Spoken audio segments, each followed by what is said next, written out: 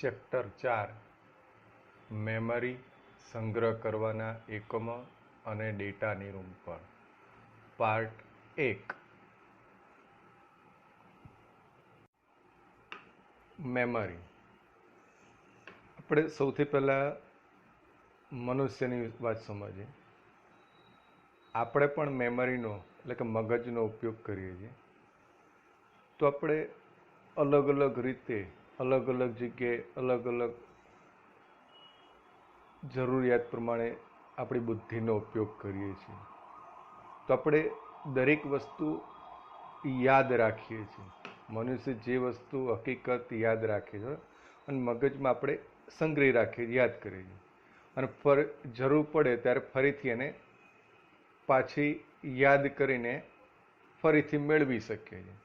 Simple, આપણે બધા મિત્રો સાથે બેઠા હોય અને મિત્રો સાથે વાતચીત કરતા હોય એ દરમિયાન ક્યાંક કોઈક સ્થળ વિશેની વાત થઈ, ધારો કે વૈષ્ણોદેવીના વિશેની વાત થઈ, તો એ વખતે તમને તરત જ, જો તમે વૈષ્ણોદેવી ગયા તો તરત જ તમને મગજની અંદર એ મેમરી રિકોલ થશે, તરત જ યાદ આવશે કે હા હા હા બરોબર, અમે આવી રીતના ગયા હતા ને આ રીતના હતું ને આ રીતના હતું. તો એ શું થયું, મગજમાં મેમરીમાં સંગ્રહ થયેલો હતો અને જરૂર પડી જ્યારે એ વાત આવી એટલે એ વખતે ફરીથી રિકોલ થઈ. તો એ જ રીતે કમ્પ્યુટરની અંદર પણ ભાવિ વપરાશ માટે ડેટા અને સૂચનાઓનો સંગ્રહ કરવાની જરૂર પડે છે. મેમરી કમ્પ્યુટરનો એક ભાગ છે. જેમ આપણે મનુષ્યની અંદર મગજ મુખ્ય ભાગ છે. મગજ ના હોય એટલે મનુષ્ય આપણે કહેવાય કે કોઈ ગાંડો છે કે એને કંઈ ખબર પડતી નથી. કારણ કે મગજનો ઉપયોગ ના કરે એટલે એનું શું વર્તન કંઈ ખબર જ ના પડે.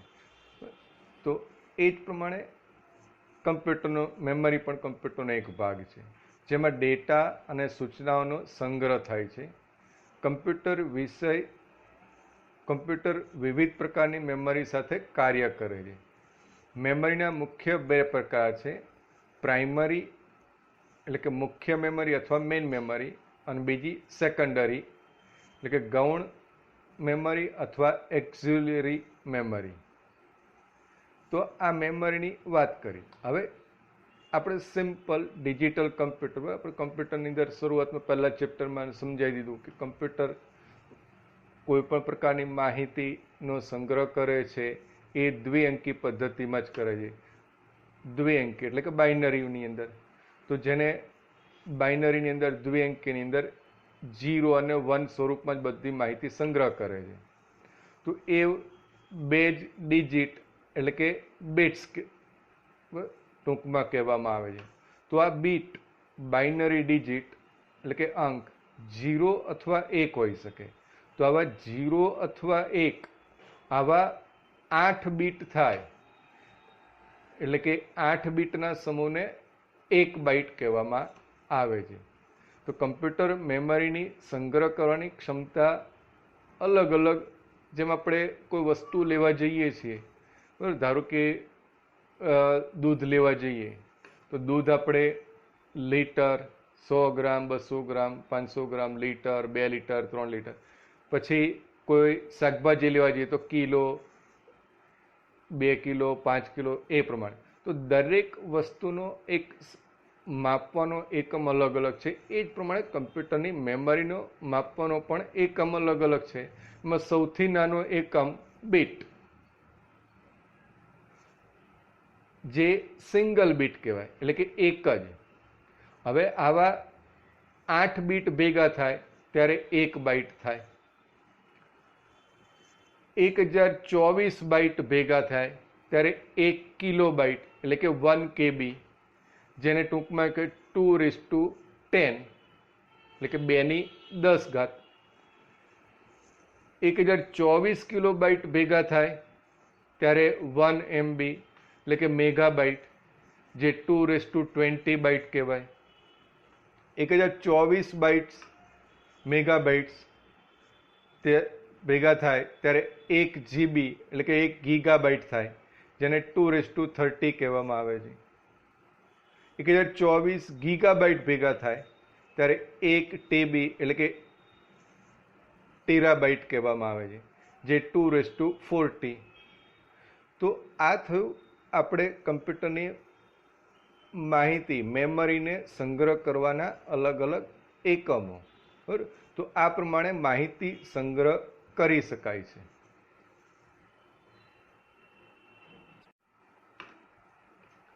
પ્રાઇમરી મેમરી, જેને મેઇન મેમરી અથવા મુખ્ય મેમરી તરીકે પણ ઓળખવામાં આવે છે, તે કમ્પ્યુટરનો એક ભાગ છે જેમાં કમ્પ્યુટરના પ્રોસેસ વડે ઝડપથી માહિતી મેળવવા માટે ડેટાનો સંગ્રહ થાય છે. પ્રાઇમરી મેમરીમાં ઘણા મોટા પ્રમાણમાં સેલ હોય છે. દરેક સેલ એક નંબર વડે ઓળખવામાં આવે છે, જેને સેલનું એડ્રેસ કહેવામાં આવે છે. દરેક સેલમાં ડેટાનો સંગ્રહ થાય છે. જ્યારે ડેટાની જરૂર પડે છે ત્યારે તે ડેટા પાછો મેળવવા માટે સેલ એડ્રેસનો ઉપયોગ કરવામાં આવે છે. પ્રાઇમરી મેમરી એ વ્યવસ્થિત રીતે ગોઠવાયેલી હોય છે કે ડેટાનો સેલમાં સંગ્રહ કરવા અથવા તેની પુનઃપ્રાપ્તિ માટેના સમયને સેલના એડ્રેસ સાથે કોઈ સંબંધ નથી, કે મેમરીનું કોઈ સ્થાન યાદચ્છિક રીતે પસંદ કરી શકાય છે. આ memory random access memory RAM કહેવાય છે. અહીંયા થોડુંક સમજીએ કે મેમરીની અંદર પ્રાઇમરી મેમરીની અંદર સેલની વાત કરે છે. તો આપણે સેલની સિમ્પલ કે ભાઈ ધારો કે આપણી પાસે રેમ 2 જીબીની રેમ છે એવું સમજીએ. આપણે અલગ અલગ પ્રોગ્રામમાં કામ કરીએ છીએ. ધારો કે પેઇન્ટની અંદર ચિત્ર દોરીએ છીએ, એ જ દરમિયાન આપણે માઇક્રોસોફ્ટ વર્ડની અંદર કોઈ લેટર ટાઈપ કરીએ છીએ, એ જ દરમિયાન ગૂગલમાં કોઈ માહિતી સર્ચ કરીએ છીએ. તો આ ત્રણેય પ્રોગ્રામનું કાર્ય ક્યાં સ્ટોર થાય? તો એ રેમ મેમરીમાં સ્ટોર થશે. તો પ્રશ્ન એ થાય કે કઈ જગ્યાએ થાય? તો રેમની અંદર આપણે કીધું કે 2 GB રેમ છે, તો એ કોઈ ચોક્કસ એક ખાનામાં અલગ અલગ માહિતી સ્ટોર કરશે, પણ એ ટેમ્પરરી. જ્યારે સેવ કરીશું ત્યારે જ એ પરમેનન્ટ સ્ટોર થશે, ત્યાં સુધી થશે નહીં. તો આ અલગ અલગ ચોક્કસ સેલમાં જે માહિતી સ્ટોર કરે, સંગ્રહ કરે છે, તો એને સેલ એડ્રેસ કહેવામાં આવે છે. તો આ માહિતી સંગ્રહ કર્યા પછી જ્યારે જરૂર પડે ત્યારે ઓપન કરવાની જરૂર પડે, તો એ વખતે રેમ બરાબર કોઈ સિક્વન્શિયલ, કારણ કે રેમની અંદર ધારો કે પેઇન્ટની અંદર અડધી માહિતી પહેલા ખાનામાં થઈ હોય, બીજી થોડીક માહિતી ત્રીજા ખાનામાં કહી હોય, એના પછી ત્રીજી ચોથી માહિતી છેલ્લા ખાનામાં થઈ હોય. એટલે કોઈ સિક્વન્સ ના હોય, રેન્ડમલી એટલે કે યાદચ્છિક રીતે કોઈ મેમરીનું સ્થાન ફિક્સ ના હોય કે ભાઈ ચોક્કસ આ ક્રમ પ્રમાણે જ થાય. તો આ પ્રમાણે એનો સંગ્રહ કરે છે. હવે જ્યારે પણ આપણે માહિતીની જરૂરિયાત પડે તો એ માહિતીને મેળવવાની રીતનો ક્રમ બે અલગ અલગ કીધો છે. તો કે ફર્સ્ટ ઇન ફર્સ્ટ આઉટ અને last in first out.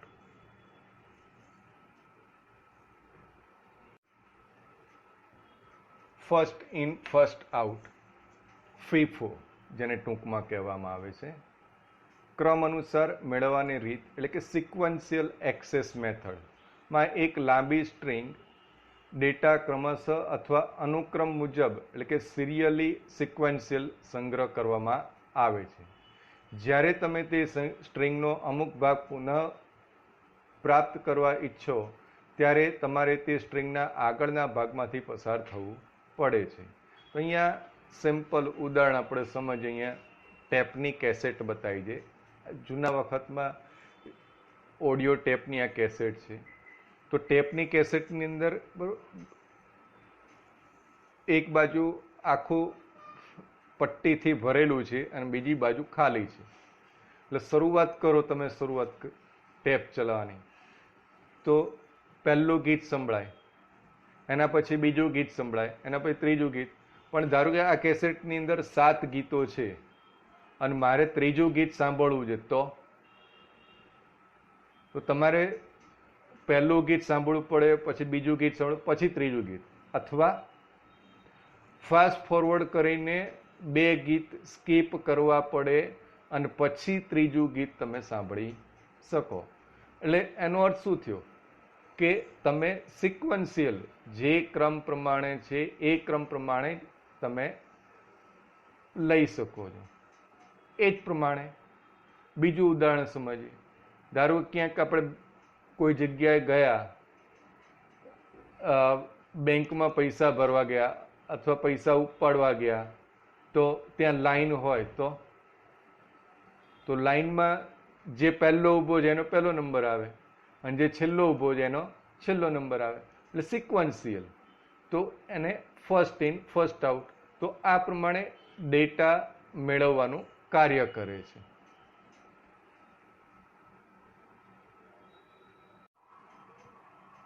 Last in first out, લીફો,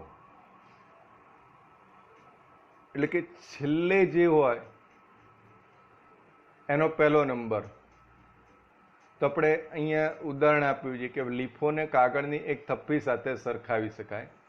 જે કાગળને તમે એક થપ્પીમાં છેલ્લે મૂકો તે સૌપ્રથમ બહાર આવે છે. એટલે કે નીચે તમે કાગળ ઉપર મૂકતા જાઓ એટલે છેલ્લું કાગળ જે ઉપર મૂક્યો, તો કોઈક એક માગે કે ભાઈ કાગળ આપવો જોઈએ, તો તમે ક્યાંથી આપશો? સૌથી પહેલો જે કાગળ પડ્યો છે ત્યાંથી જ આપશો. એટલે શું થયું કે લાસ્ટ ઇન ફર્સ્ટ આઉટ, એટલે કે છેલ્લે જે દાખલ થાય એને પહેલો પ્રેફરન્સ મળે છે.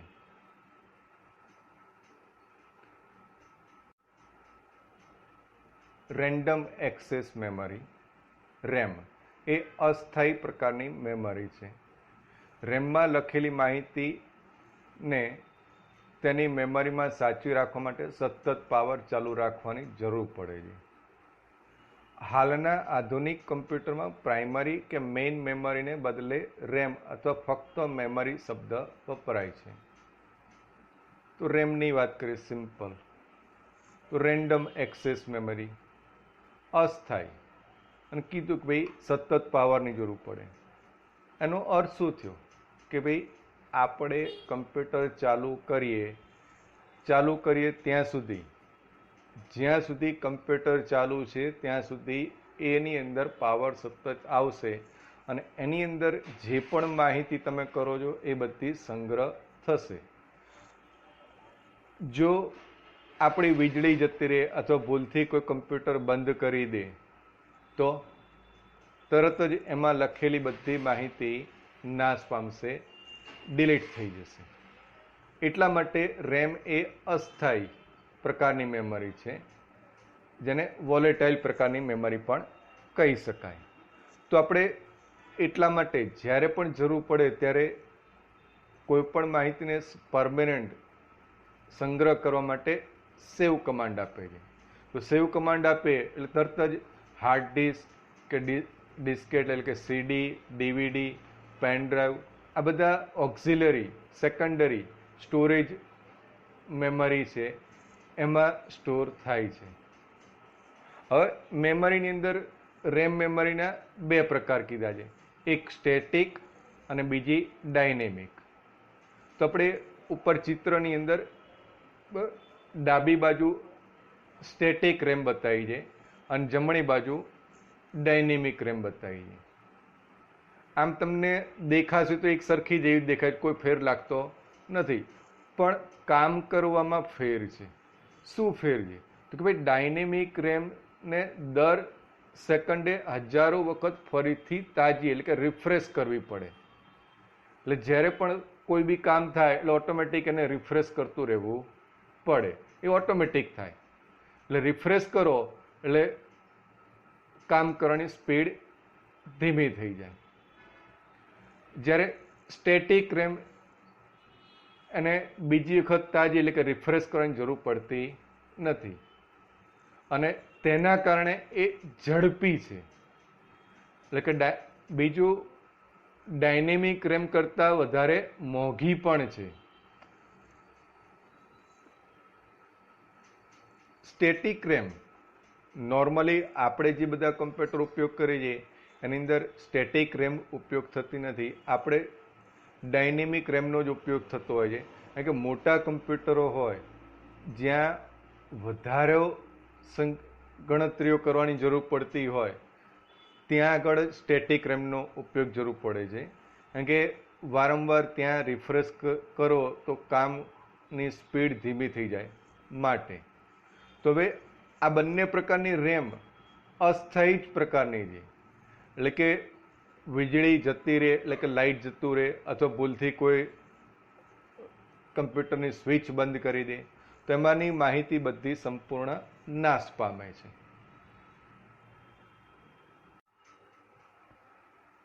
કમ્પ્યુટરમાં ફક્ત વાંચી શકાય તે પ્રકારની મેમરી રોમ રીડ ઓનલી મેમરી પણ હોય છે, જે ડેટા અને સૂચનાઓને કાયમી રાખવા માટે વપરાય છે. રોમમાંથી ડેટા ફક્ત વાંચી શકાય છે. રેમથી અલગ રોમમાં રહેલી માહિતી કમ્પ્યુટર બંધ કરવામાં આવે તે પછી પણ જળવાઈ રહે છે. આ રીતે તે રેમ કરતાં અલગ પડે છે. બૂટ પ્રોગ્રામ્સ, પ્રિન્ટર, ડ્રાઈવરની ફાઇલ્સ અને ફોન્ટ જેવી અગત્યની સૂચનાઓ પ્રોગ્રામને કમ્પ્યુટરમાં સંગ્રહ કરવા માટે રોમ એ આદર્શ મેમરી છે. તો અહીંયા સમજીએ ROM read only memory. Read only એટલે ફક્ત વાંચી શકાય. તો આપણને એમ થાય કે ભાઈ વાંચવાનું શું? તો આપણે નથી વાંચવાનું, કમ્પ્યુટર વાંચશે. તો શું વાંચશે? તો આપણે કમ્પ્યુટરની જ્યારે ચાલુ કરીએ છીએ ત્યારે સ્વિચ ચાલુ કરીએ, સીપીયુ બધું ચાલુ કરે તરત જ કમ્પ્યુટરની સ્ક્રીન ઉપર તમને નંબરિંગ દેખાય છે.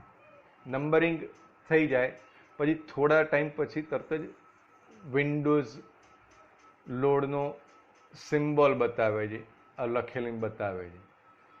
ત્યાર પછી તરત જ થોડા ટાઈમ પછી વિન્ડોઝનો ડેસ્કટોપ આવી જાય અને પછી તમે માઉસ પોઇન્ટર આ તે બધું ડેસ્કટોપ ઉપર કામ કરી શકો છો. તો આ બુટિંગની પ્રોસેસ આ શરૂ કરવાની એટલે કે સિસ્ટમને ચાલુ કરવાની રીત જે પ્રોગ્રામ્સ છે એ રોમ મેમરીની અંદર જે તે કંપની ફિટ કરેલો હોય છે. એટલે કે મધરબોર્ડની અંદર જે આપણે સીપીયુની અંદર મેઇન મધરબોર્ડ હોય છે એની અંદર રોમ ફિટ કરેલું છે અને એની અંદર જે કંપનીએ મધરબોર્ડ બનાવ્યું હોય, ઇન્ટેલ છે, અલગ અલગ કંપનીઓ બનાવે છે, તો એ કંપની પોતે એ રોમનો અંદરનો પ્રોગ્રામ ફિટ કરી દે છે જેથી કરીને એ પ્રમાણે કામ કરી શકે.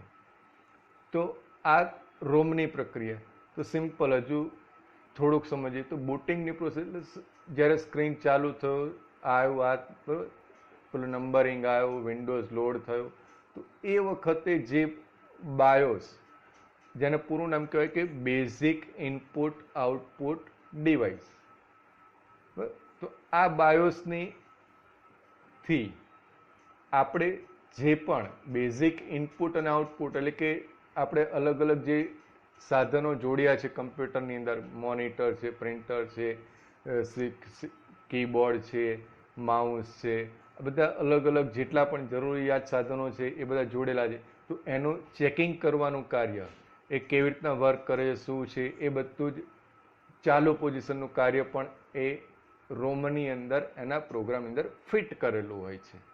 તો એ ચેક કરવાનું કાર્ય, એ ઉપરાંત એના પછી આખું તમારી હાર્ડ ડિસ્ક, કારણ કે વિન્ડોઝને લોડ કરવાનું કાર્ય, એ પણ રોમની અંદર એનો લિંક મૂકેલી હોય છે. એટલે ઓટોમેટિક એ રોમ આખું હાર્ડ ડિસ્કમાંથી તમારો ઓપરેટિંગ સિસ્ટમના પ્રોગ્રામને લોડ કરશે અને પછી આપણી સ્ક્રીન ઉપર એ જોવા મળે છે. તો આ થઈ રોમની પ્રક્રિયાની વાત. હવે એનાથી આગળ કે છે રોમ એક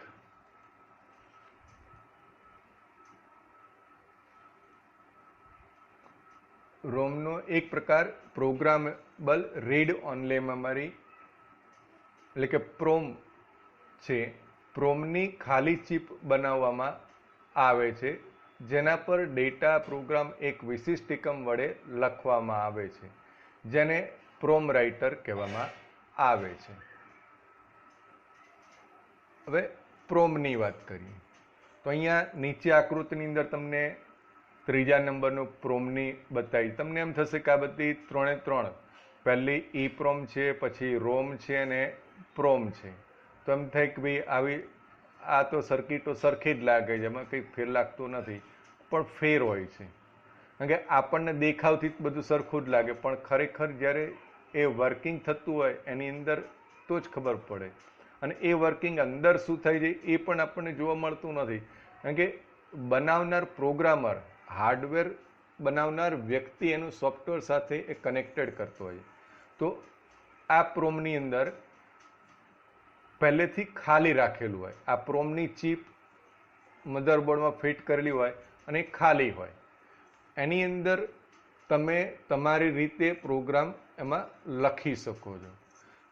એ પ્રોગ્રામ તો એ પ્રોગ્રામની અંદર એક વિશિષ્ટ એકમ વડે લખી શકે. તો એ લખવા માટે શું જરૂર પડે તો કે પ્રોમ રાઇટર. તો આ પ્રોમ રાઇટરની મદદથી આપણે એમાં પ્રોગ્રામ લખી શકીએ છીએ. તો આ પ્રોમ બરાબર, આના પછીમાં આપણે સમજાવીશું કે પ્રોમ કઈ રીતના કામ કરે છે. એના પછી આગળ કહે છે કે અન્ય એક ખાસ પ્રકારની પ્રોમ છે જેને ઇરેઝેબલ પ્રોમ એટલે કે ઈ પ્રોમ કહેવામાં આવે છે. તો કે આ ઈ પ્રોમ પર લખેલી વિગતને અલ્ટ્રાવાયોલેટ લાઇટમાં ખુલ્લી રાખવાથી તેને ભૂંસી શકાય છે. અને પ્રોમ ઉપરની વિગતો ભૂંસવા માટે અલ્ટ્રાવાયોલેટ લાઇટને બદલે જ્યારે ઇલેક્ટ્રિક સિગ્નલનો ઉપયોગ થાય છે. તો અહીંયા ઈ પ્રોમની વાત કરીએ તો અહીંયા નીચે આકૃતિ આપી ઈ પ્રોમ. તો એની અંદર વચ્ચેનો ભાગ ખાલી કાણું જેવું દેખાય છે. તો આ ઈ પ્રોમની અંદર અહીંયા વચ્ચેના ખાલી ભાગની અંદર અલ્ટ્રાવાયોલેટ કિરણો પસાર કરવામાં આવે છે. અને એ પસાર એની અંદર થાય એટલે ઓટોમેટિક એની અંદર જે લખેલું છે એ બધું ભૂસાઈ જાય. તો એ રીતના એની અંદર લખેલી માહિતી ભૂસી શકાય છે, એટલે કે ઇરેઝ કરી શકાય છે. હવે એના પછીના પ્રકારની વાત કરીએ કે ઇલેક્ટ્રિકલી ઇરેઝેબલ પ્રોમ એટલે કે ઈ પ્રોમ. તો અહીંયા નીચે બે ઉદાહરણ આપ્યા છે. તો ઈ પ્રોમ એમાં મેમરી કાર્ડ, પેન ડ્રાઈવ, બરાબર. તો આ બધા એ ઈ પ્રોમના ઉદાહરણ છે. કેમ કે એમાં લખેલી માહિતી ભૂસવી હોય તો તમારે કોઈ ઇલેક્ટ્રિકલી સાધનનો ઉપયોગ કરવો પડે. ધારો કે મેમરી કાર્ડની અંદરની માહિતી ભૂસવી છે અથવા મેમરી કાર્ડમાં કંઈક નવું નાખવું છે તો મેમરી કાર્ડ ડાયરેક્ટ ચાલશે ખરો? ના.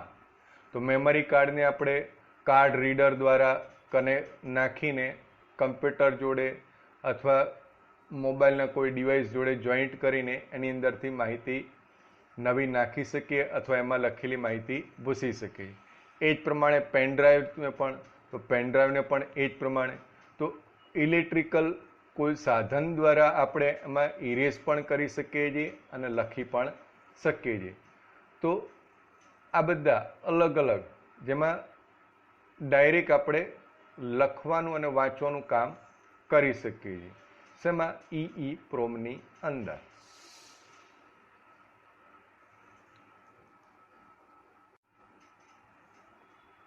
ફક્ત વાંચી જ શકાય તે પ્રકારની મેમરી રોમનો ખ્યાલ ફર્મવેર તૈયાર કરવા માટે ઉપયોગમાં લઈ શકાય છે.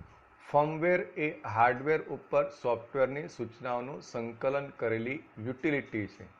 ફર્મવેરને એક સ્થાયી પ્રકારની મેમરી જેમ કે રોમ, ઈપ્રોમ અથવા ફ્લેશ મેમરી ઉપર સંગ્રહવામાં આવે છે. અગાઉના પ્રકરણમાં જણાવ્યા પ્રમાણે હાર્ડવેરનું ઉત્પાદન કરતી કંપની આ પ્રકારના ફર્મવેર બનાવે છે અને હાર્ડવેરની ખરીદી સાથે ફક્ત મફત આપવામાં આવે છે.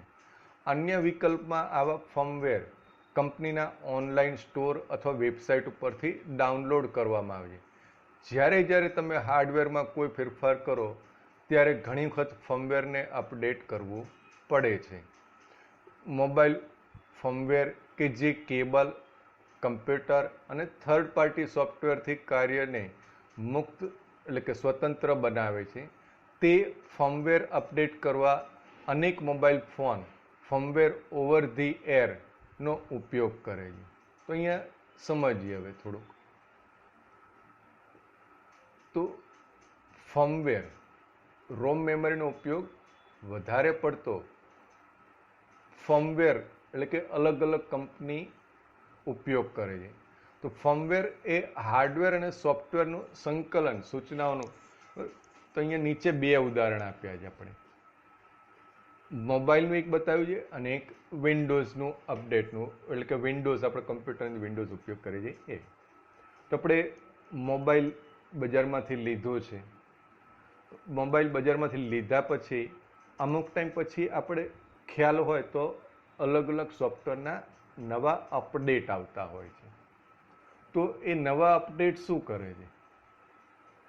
તો નવા અપડેટ આપણને આપણા જે સોફ્ટવેરમાં અલગ અલગ સપોર્ટ કરવા માટે નવા એના ટૂલ્સ, નવી ફેસિલિટી આપણને ઉપયોગમાં આપવા માટે એ અપડેટ આવતા હોય છે.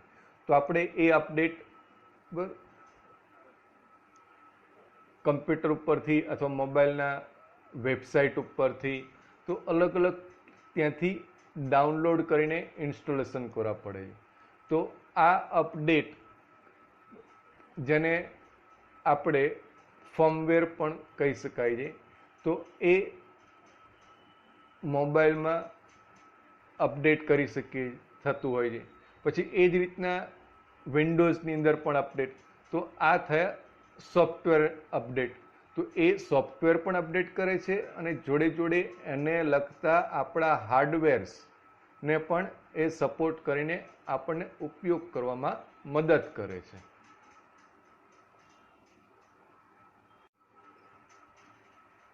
સામાન્ય રીતે ફર્મવેર હાર્ડવેરના નિયંત્રણ અને હાર્ડવેરનો ઉપયોગ કરવાની સગવડ આપવા જેવા કાર્યો પૂરા પાડે છે.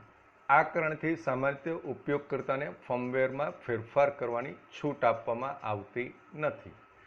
સિસ્ટમને વધારે પારદર્શક બનાવવા માટે અને કામ કરવાની ગૂંચવણ કે જટિલતા ઓછી કરવા માટે મોટાભાગની કંપનીઓ ફર્મવેરને ગુપ્ત રીતે સંગ્રહ કરવાનું પસંદ કરે છે.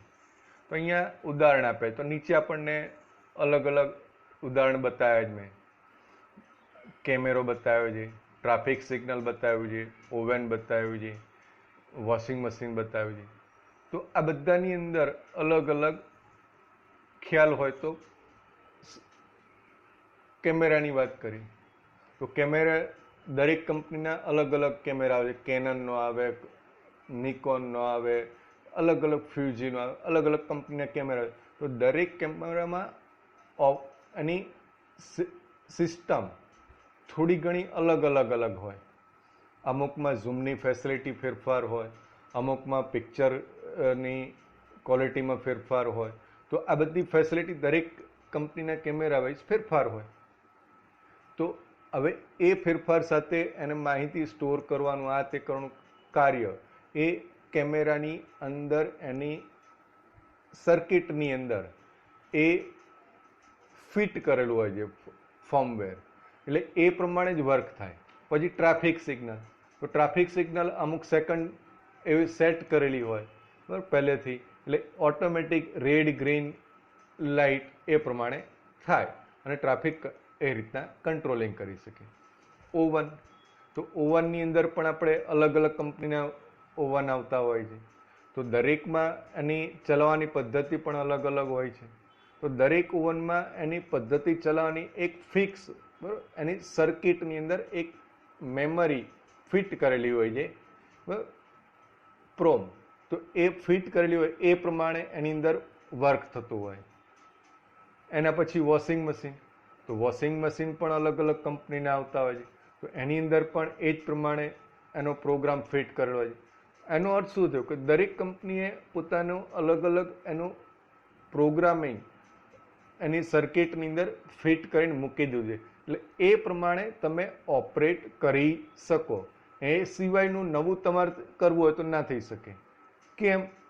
કારણ કે એની અંદર તમને ગૂંચવાડો ના થાય, જટિલ ના થાય, એટલે કે તમે સરળતાથી ઉપયોગ કરી શકો વ્યવસ્થિત રીતે. હવે દરેક કંપની પોતાને એ જે ફર્મવેર એનો જે પ્રોગ્રામ સેટ કરેલો છે એ દરેક કંપની પોતાનું એક ગુપ્ત સંઘ રાખે છે, જેથી કરીને એને કોઈ વ્યક્તિ ખબર પડે નહીં. તો આ જે છે થયું બરાબર. એ જ પ્રમાણે આપણા મોબાઈલ ફોનની અંદર આપણે બધાના સંપર્ક રાખીએ છીએ, એટલે કોન્ટેક્ટ્સ, પછી મેસેજીસ, વિડીયોઝ, ફોટોગ્રાફ્સ, આ બધું પણ આપણે મોબાઈલમાં સ્ટોર કરી શકીએ છીએ. પછી બીજું, આપણે ક્યાંય સુપર માર્કેટની અંદર જઈએ છીએ તો બિલ બનાવીએ છીએ, તો દરેક વ્યક્તિના અલગ અલગ જેટલા પણ આવે તો બધાનું, તો એ પણ એનું એક સોર્સ કોડની અંદર થતું હોય છે. તો એમાં એ પ્રમાણે ફેરફાર આપણે જાતે કરી શકતા નથી, પણ જે વ્યક્તિ બરાબર, તો સિમ્પલ એની અંદર આપણે કોઈ પ્રિન્ટિંગ કર્યું તો પ્રિન્ટિંગ કર્યા પછી એમાં ફેરફાર ના થાય, પણ મેઇન સોર્સ કોડ આપણને ખબર હોય તો જ આપણે ફેરફાર કરી શકાય.